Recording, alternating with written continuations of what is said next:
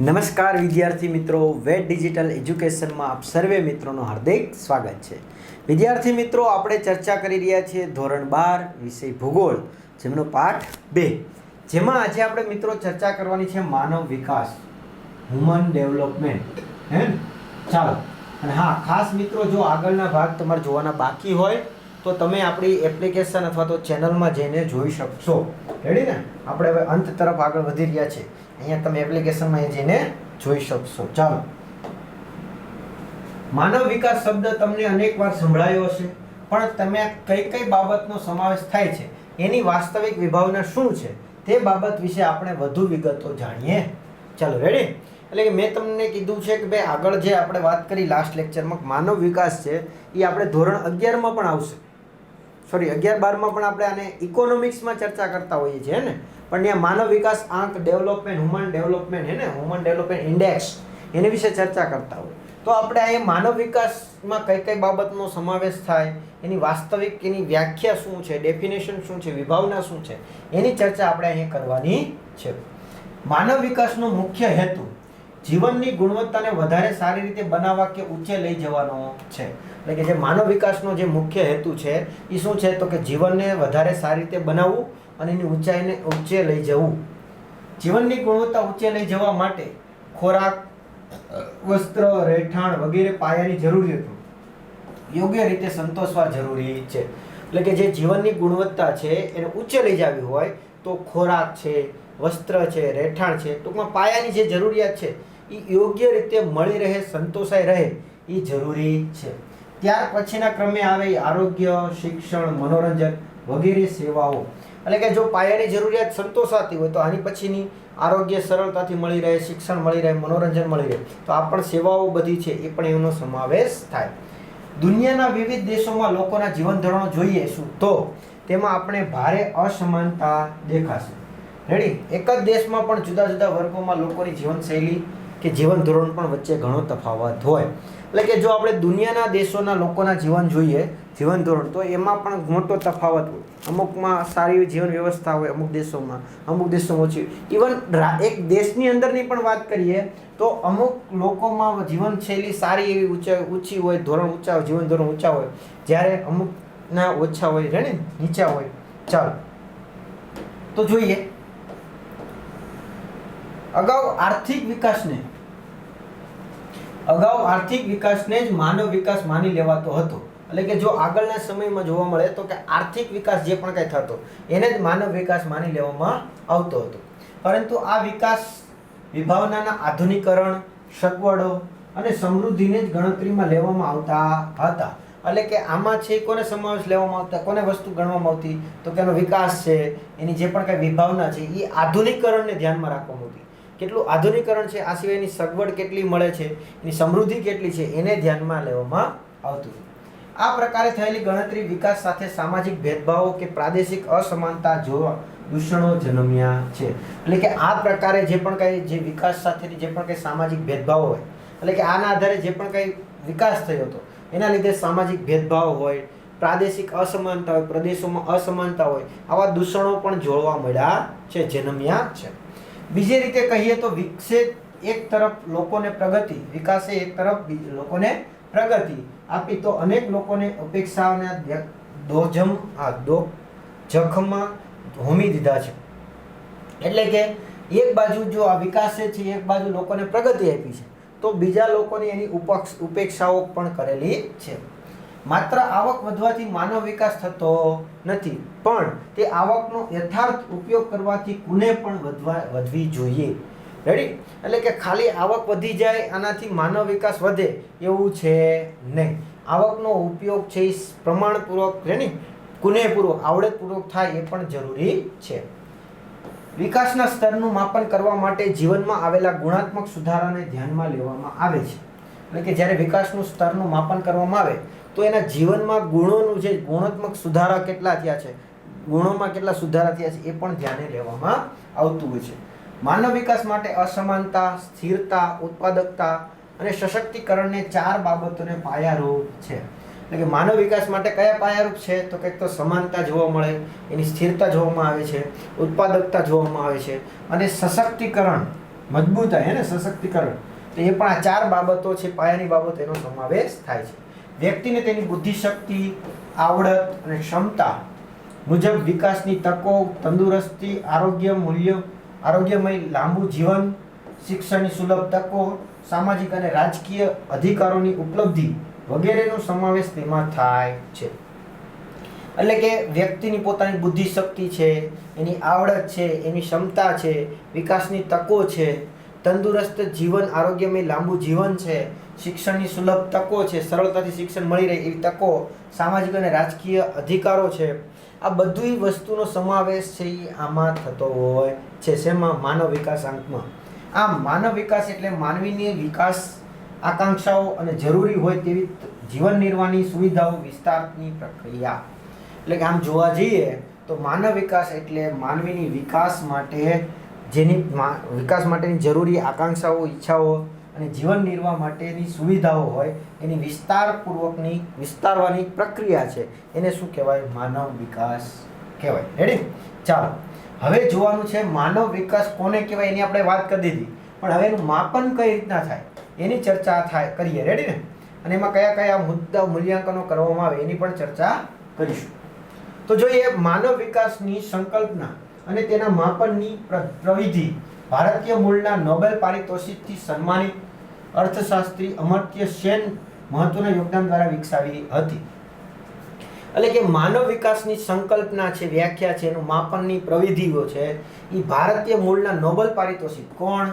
અમર્ત્ય સેન એણે વિકસાવી હતી. રેડી? ભારતના મહત્વના છે નોબેલ પારિતોષિક કોણ છે? અમર્ત્ય સેન છે, જેણે માનવ વિકાસ અંકની જે સંકલ્પના હોય, ડેફિનેશન હોય એ એણે વિકસાવી છે. તેમના પરામર્શનથી માનવ વિકાસ અંકનો પ્રથમ અહેવાલ કઈ સાલમાં? તો કે 1990માં સંયુક્ત રાષ્ટ્ર દ્વારા એટલે કે United Nation Development Programme UNDP અન્વયે પ્રસિદ્ધ કરાયો હતો. એટલે કે જે આ અમર્ત્ય સેન જેને વિશ્વનો ટોપ લેવલનો સર્વોચ્ચ પુરસ્કાર નોબેલ પુરસ્કાર મળેલો છે, તો એમના દ્વારા જે વિકસાવેલો માનવ સૂચકાંક છે એને આધારે વિશ્વમાં કોના દ્વારા? તો કે સંયુક્ત રાષ્ટ્રીય વિકાસ કાર્યક્રમ દ્વારા 1990માં પ્રથમ વખત યુનાઇટેડ નેશન ડેવલપમેન્ટ પ્રોગ્રામ દ્વારા એટલે કે UNDP દ્વારા પ્રસિદ્ધ થયો હતો. આ અહેવાલ દર વર્ષે પ્રગટ થાય છે, એટલે કે દર વર્ષે પબ્લિશ કરવામાં આવે છે. તેમાં જુદા જુદા દેશોની વિભિન્ન નિર્દેશકોને આધારે સૂચકાંક નક્કી થાય છે. એટલે કે આમાં છે જુદા જુદા દેશોનો જે પણ કાંઈ વિભિન્ન એટલે કે જુદા જુદા નિર્દેશો છે એના આધારે નક્કી થતો હોય. જેમાં સરેરાશ આયુષ્ય, શિક્ષણ, સંપાદન, જીવન ધોરણ આ 3 નિર્દેશો મૂલ્યાંકન કરાય છે. એમાં કઈ કઈ વસ્તુ ધ્યાને લેવાય છે? સરેરાશ આયુષ્ય, શિક્ષણ, સંપાદન અને જીવન ધોરણો એવા 3 ઉદ્દેશોમાં છે ધ્યાને લેવામાં આવતા હોય છે. ચાલો જોઈએ હવે એમાં કઈ કઈ વસ્તુનો સમાવેશ થશે. તો કે અપેક્ષિત આયુષ્ય સૂચકાંક. તો આરોગ્ય અને લાંબા આયુષ્યના માપન માટે નવજાત શિશુના જન્મ સમયે અપેક્ષિત આયુની ગણતરી લેવાય છે. એટલે કે અપેક્ષિત આયુષ્ય છે એમાં લાંબા આયુષ્ય માટે માપન માટે નવજાત શિશુ એટલે કે જે નાનું બાળક છે એના જન્મ સમયે જે અપેક્ષિત આયુષ્ય એટલે કે જન્મ સમયથી અપેક્ષિત આયુષ્ય છે એ ધ્યાને લેવામાં આવતું હોય છે, ગણતરીમાં લેવામાં આવતું હોય. આ સિવાય એમાં લેવાય શિક્ષણ સૂચકાંક કઈ રીતના? તો કે તેમાં શાળાકીય વર્ષોમાં 25 વર્ષની વ્યક્તિએ વિતાવેલ વર્ષો અને અપેક્ષિત શાળા વર્ષોમાં 5 વર્ષનું બાળક પોતાના જીવનમાં કેટલા વર્ષો સુધી શાળામાં વિતાવશે તે બે વિગતોને ધ્યાને લેવાય છે. એટલે કે શિક્ષણ સૂચકાંકમાં 25 વર્ષનું જે કોઈ વ્યક્તિ હોય એ વ્યક્તિએ પોતાના કેટલા સમય સુધી પોતાના જીવન શાળામાં વેતાવ્યું છે, એટલે મીન્સ કે કેટલા ધોરણ સુધી ભણેલો છે, કહેવાનો મતલબ એ છે. રેડી ને? માની લો કે કોઈ તમે 12મા ધોરણ છે તો તમે કેટલા વર્ષથી પોતાનું જીવન વ્યતીત કર્યું છે શાળામાં? 12 વર્ષ. અત્યારે 12મા વર્ષમાં છો, 12મું ધોરણ ભણો છો તો 12 વર્ષ કર્યું છે ને? તો એ રીતના. અને હવે જે બાળક જે 5 વર્ષનો છે એ આગામી સમયમાં કેટલો સમય સુધી પોતે છે શાળામાં વિતાવશે, એ બે ઘટનાઓને છે એ બે બાબતોને ધ્યાનમાં લેવામાં આવતી હોય છે. આ વિગતો પરથી સમગ્રપણે શિક્ષણનો પ્રમાણનો ગુણવત્તા પાસાને મૂલવી શકાય છે. એટલે કે આના આધારે સમગ્ર શિક્ષણનો પ્રમાણના ગુણાત્મક પાસા છે એ મેળવી શકાય છે, મૂલવી શકાય છે. એટલે કે બે ઘટનાઓ ધ્યાનમાં લેવાય શું? તો એક તો 25 વર્ષ સુધીનો કોઈ વ્યક્તિ છે એણે કેટલો સમય શાળામાં વ્યતીત કર્યો છે અને જે હવે 5 વર્ષનું બાળક છે એ કેટલો સમય કરશે એના આધારે નક્કી થતું હોય સૂચકાંક. રેડી? શિક્ષણનો. આવી જ રીતના આવકનો સૂચકાંક તો કે જીવન ગુજરાન માપન માટે માથાદીઠ કુલ ઘરેલું ઉત્પાદન એટલે કે જીડીપી હે ને આવક સાથે પ્રસ્થાપિત કરીને તેનું ગણતરી કરાય છે. શું કે છે આવક સૂચકાંકમાં? તો કે ભાઈ જીવન ગુજરાન માપન માટે જે માથાદીઠ આવક છે, રેડી, એની કુલ ઘરેલું ઉત્પાદનની આવક સાથે શું કરાય છે? પ્રસ્થાપિત કરીને તેની ગણતરી કરવામાં આવે છે. આ ત્રણેય ઉપર નિર્દેશ આધારે ગણતરી કરીને 0 થી 1 વચ્ચે સૂચકાંક નિર્ધારિત કરાય છે. રેડી? કોઈ પણ દેશને છે સોરી આ સૂચકાંક કોના આધારે નક્કી થાય? તો કે ત્રણેય આધારે. કયા કયા આધારે? એક તો અપેક્ષિત આયુષ્ય સૂચકાંક, શિક્ષણ સૂચકાંક અને આવક સૂચકાંક. આ ત્રણેયના આધારે એનું રેન્કિંગ કઈ રીતના થાય? 0 થી 1 વચ્ચે એનું રેન્કિંગ કરવામાં આવતી હોય. જેમાં કઈ રીતના હોય? તો કે કોઈ પણ દેશને માટે માનવ વિકાસાંક મહત્તમ 1 પૂર્ણાંક સુધી પહોંચવાનો તફાવત દર્શાવે છે. એટલે કે મહત્તમ કેટલો હોય? 1 હોય છે. રેડી? અને આ આંક દેશ અને દેશ વચ્ચેના માનવ વિકાસાંક અંતરની પ્રતિબિંબ કરે છે. એટલે કે આના આધારે દેશો કેટલો માનવ વિકાસાંક મેળવે છે એના આધારે કેટલો દેશ આગળ છે એ પ્રતિબિંબ થાય છે, વિકાસ કેટલો સાધેલ છે એ. આજે દેશ દુનિયામાં સર્વાંગી વિકાસ માટે પ્રયત્નશીલ છે ત્યારે માનવ વિકાસ આંકને અવગણવો કોઈ પણ દેશ માટે પોસાય તેમ નથી. રેડી? તો આજે દુનિયા દેશોની વાત કરીએ તો સર્વાંગી વિકાસ માટે પ્રયત્નો કરે છે, સતત પ્રયત્નશીલ છે, પણ આ માનવ વિકાસ આંકને અવગણવો કોઈના માટે શક્ય નથી, પોસાય એમ નથી. ચાલો હવે માનવ વિકાસાંક સૂચકાંક અને ભારતની વાત કરીએ તો 2015માં બહાર પાડવામાં આવેલ માનવ વિકાસ અહેવાલ મુજબ 188 દેશોનો તેના માનવ વિકાસાંક સૂચકાંક મુજબ વર્ગીકરણ કરાયું છે. એટલે કે 2015માં જે છેલ્લે જોયું આપણે ડેટા પ્રમાણે, આપણી ડેટા પ્રમાણે, બોર્ડ પ્રમાણે, કે એમાં કેટલા દેશોનો અહેવાલ નક્કી થયો તો કેટલા દેશોમાં અહેવાલ નક્કી થયો છે? 188 દેશોમાં. રેડી? જેમાં પ્રથમ ક્રમે કયો દેશ આવે છે? નોર્વે આવે છે. ત્યારબાદ ઓસ્ટ્રેલિયા છે અને સ્વિટ્ઝરલેન્ડ અનુક્રમે બીજા અને ત્રીજા ક્રમે આવે છે. એટલે સૌથી વધારે સારું આ જે ત્રણેય બાબત ઉપર જે જોઈએ ને, સરેરાશ આયુષ્ય, સરેરાશ જન્મદર અને સરેરાશ આયુષ્ય, સરેરાશ શિક્ષણ અને ત્રીજું કોઈ તો આવક, હે ને? તો આ ત્રણેય બાબતમાં સૌથી સારો ક્રમ કોનો છે? માનવ વિકાસાંક સૂચકાંકમાં 188 દેશોમાંથી પ્રથમ નોર્વે છે, બીજા નંબરે ઓસ્ટ્રેલિયા છે અને ત્રીજા નંબરે સ્વિટ્ઝરલેન્ડ છે. ભારતનો 188 દેશોમાંથી 130માં ક્રમે છે. વિચારો કેટલું પાછળ છે, હે ને? ભારતનો 188 દેશોમાંથી કેટલામાં ક્રમે છે? 130માં ક્રમે. વિચાર કરો આ નોર્વે દેશની કેટલા આગળ હશે આપણીથી, હે ને? ચાલો મધ્યમ માનવ વિકાસાંક વાળા દેશો શ્રેણીમાં ભારત આવે છે, મધ્યમમાં આવશે. અને અગાઉની તુલનામાં ભારતનો ક્રમ આગળ આવી રહ્યો છે, એટલે ધીમે ધીમે હવે આગળ આવે છે. રેડી? આપણા પાડોશી દેશો શ્રીલંકાનો 73મો છે, માલદીવનો 104મો છે. અને આ બંને દેશોનો માનવ વિકાસાંકની બાબતમાં ભારતથી કેવા છે? તો કે આગળ છે. સ્વાભાવિક છે, ખબર પડી જ ગઈ ને? કેમ કે શ્રીલંકાનો કેટલો છે? 73મો અને માલદીવનો કેટલો છે? 104મો.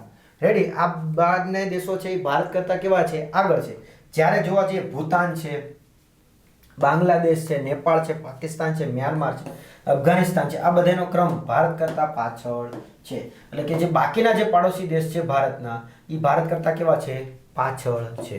ચાલો નેક્સ્ટ જોઈએ ભારતની વસ્તી વિષયક નીતિ 2000. રેડી? ભારતમાં જે વસ્તી વિષયક નીતિ છે 2000માં આવેલી છે એની વિશે ચર્ચા કરીએ. તો આપણા દેશની વસ્તી નીતિ બનાવવાનો પ્રસ્તાવ 1960માં રજૂ કરાયો હતો. ત્યારબાદ 1976માં અને પ્રથમ વસ્તી નીતિ છે ઘોષણા કરવામાં આવી હતી. ક્લિયર?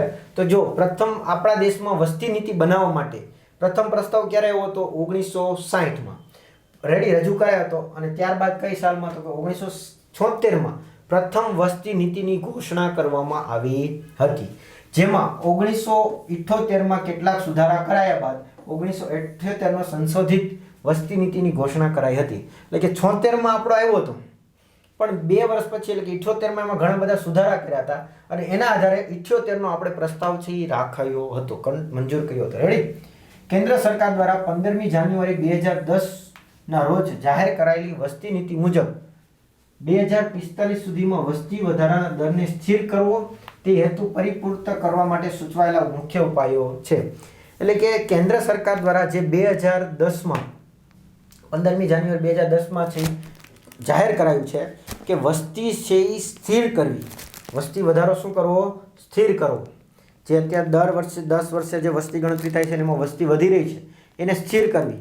રેડી? એટલે એક સમય એવો આવશે કે જ્યાં આપણે અત્યારે જેમ કેમ દર 10 વર્ષે વસ્તી વધી રહી છે, તો એક સમય એવો કરો પહેલાં સ્થિર કરો, બે સરખી કરો કે છેલ્લી વસ્તી ગણતરી ને હાલની વસ્તી ગણતરી બેની વસ્તી સરખી હોય, પછી એના ઘટાડા તરફ આપણે આગળ વધશું.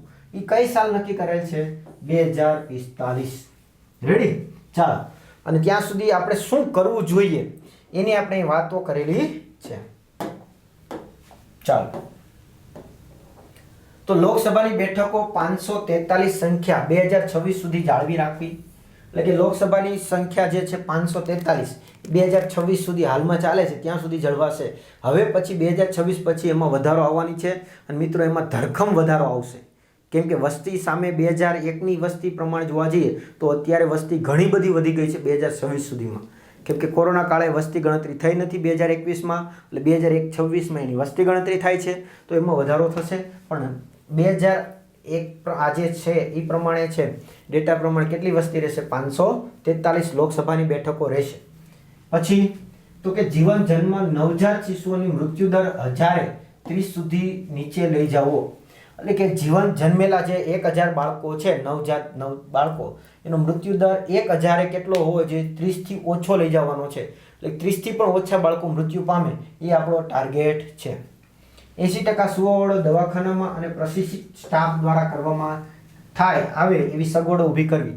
એટલે કે 80%થી વધારે સુવાવડ, એટલે કે બાળકનો જન્મ દર છે, બાળક જન્મ સમયે 80%થી વધારે બાળકોના જન્મ દવાખાનામાં જાય અથવા તો પ્રશિક્ષિત સ્ટાફ પાસે થાય.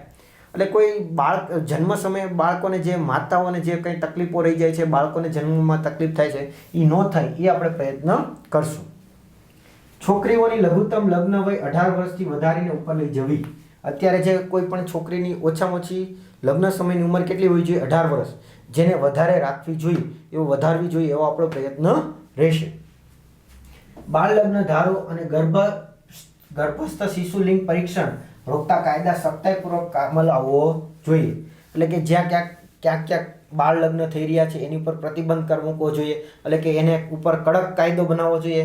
અને આ સિવાય ગર્ભ શિશુ પરીક્ષણ, એટલે કે જ્યારે બાળકનો હજી ગર્ભમાં હોય અને ત્યારે એનું પરીક્ષણ થાય છે, બરોબર, એ કાયદો રોકતો કાયદો છે એ પણ આપણે એનું શું કરવું જોઈએ? કડક અમલ કરવો જોઈએ. પછી રસીકરણનો વ્યાપ વધારવો જોઈએ. એટલે કે સરળતાથી રસીકરણ થઈ શકે, બધા લોકોને રસીકરણનો લાભ મળે એ પણ આપણે ધ્યાનમાં રાખવું જોઈએ. વસ્તી નીતિ અમલીકરણ માટે વડાપ્રધાનની અધ્યક્ષતામાં એક રાષ્ટ્રીય આયોગની સ્થાપના કરવી. એટલે કે જ્યારે વસ્તી નીતિની અમલીકરણ માટે વડાપ્રધાનની અધ્યક્ષતામાં એક આપણે શું કરવી જોઈએ? એક આયોગની રચના કરવી જોઈએ. તો આ બધી વસ્તુઓ છે શેના આધારે આવશે? શેમાં આવશે? તો કે વસ્તી નીતિ છે એને સ્થિર કરવા માટેના મુખ્ય ઉપાયો છે. રેડી? 2 ગુણમાં પૂછે તો લખી શકો. ટૂંકમાં વસ્તી નીતિના અમલથી દેશમાં સામુદાયિક સ્વાસ્થ્યની સ્થિરતા, હકારાત્મક સુધારા ઉપરાંત અન્ય હેતુઓ પણ સામેલ હોય છે. એટલે કે ટૂંકમાં જોવા જઈએ તો વસ્તી નીતિના અમલથી દેશમાં સામુદાયિક સ્વાસ્થ્ય સ્થિતિમાં હકારાત્મક સુધારા જોવા મળે છે. તો અહીંયા મિત્રો આપણો પાઠ જે 2 છે એ ફાઇનલી પૂર્ણ થાય છે. હવે એના સ્વાધ્યાયના પ્રશ્નો છે એનું આપણે વાત કરી છે કે જે એના વિડીયો છે એ ઓલરેડી મુકાઈ ગયો છે. રેડી? ક્યાંથી મળશે? તો અહીંયાથી તમે જશો વિષય ભૂગોળમાં તો ત્યાં તમે પાઠ 2માંથી ભૂગોળનો વિડીયો તમે જોઈ શકશો. પણ જો તમારે સંપૂર્ણ ભૂગોળના દરેક પાઠના સ્વાધ્યાયના સોલ્યુશનની PDF જોતી હોય તો તમને ક્યાંથી મળશે? પેઇડ કોર્સમાં ધોરણ 12નું સેક્શન છે એમાં તમને દરેક વિષયના દરેક વિષયના પાઠના સ્વાધ્યાયની સોલ્યુશનની PDF મળી જશે. એ તમે કઈ રીતના મેળવી શકશો? તો પ્લે સ્ટોરમાં ગયા આપણી એપ્લિકેશન ડાઉનલોડ કરવાની, એને તમારો મોબાઈલ નંબર નાખી રજીસ્ટર કરવાની, સેન્ડ OTP આવશે. રેડી? નાખી દેશો, લોગિન થઈ જશો એટલે તમને પેઇડ કોર્સમાંથી એ મળશે અને વિડીયોમાંથી તમને આ રીતના વિડીયો મળી જશે. તો અહીંયા મિત્રો આપણો પાઠ છે એ શું થાય છે? પૂર્ણ થાય છે. ફરી મળીશું નવા ચેપ્ટરના નવા વિડીયો સાથે. ત્યાં સુધી રજા લઈએ. Thank you. જય હિન્દ, જય ભારત. અસ્તુ.